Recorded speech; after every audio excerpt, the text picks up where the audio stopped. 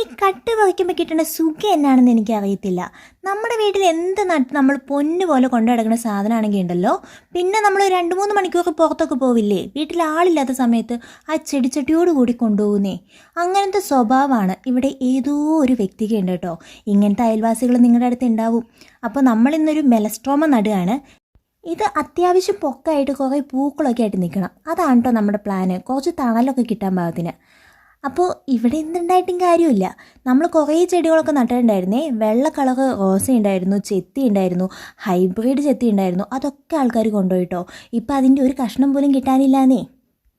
പിന്നെ നമ്മുടെ CC plant ഇല്ലേ, നമ്മൾ വന്ന ഇടയ്ക്ക് വീടിൻ്റെ മുമ്പിലാണ് കേട്ടോ വെച്ചാർന്നേ.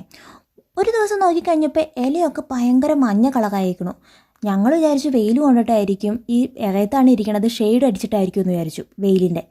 അതിനിട്ട് ഞങ്ങൾ വീടിനകത്ത് വെച്ച് കഴിഞ്ഞിട്ടും അതിന് മാറ്റമില്ല. പിന്നെയാണ് മനസ്സിലായി ആരോ പറിച്ചുകൊണ്ട് പോയിട്ട് അതിൻ്റെ കിഴങ്ങൊക്കെ പൊക്കത്തെടുത്ത് വെച്ചേക്കാണ്.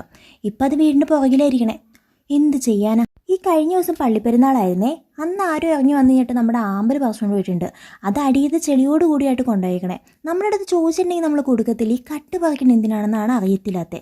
ഏതായാലും നമ്മൾ ചട്ടിയൊക്കെ മാറ്റി നട്ടിട്ടുണ്ട്. അപ്പോൾ ഇത് സെറ്റായി വരുമായിരിക്കും. ഇതുപോലത്തെ ചെടികൾ കണ്ടിട്ടുണ്ടെങ്കിൽ കൈ പിരിപരിക്കണ അയൽവാസികളുണ്ടല്ലോ, അവരെ നമ്മൾ എന്താ ചെയ്യേണ്ടതെന്നും കൂടെ ഒന്ന് നിങ്ങൾ പറഞ്ഞു തരണം കേട്ടോ.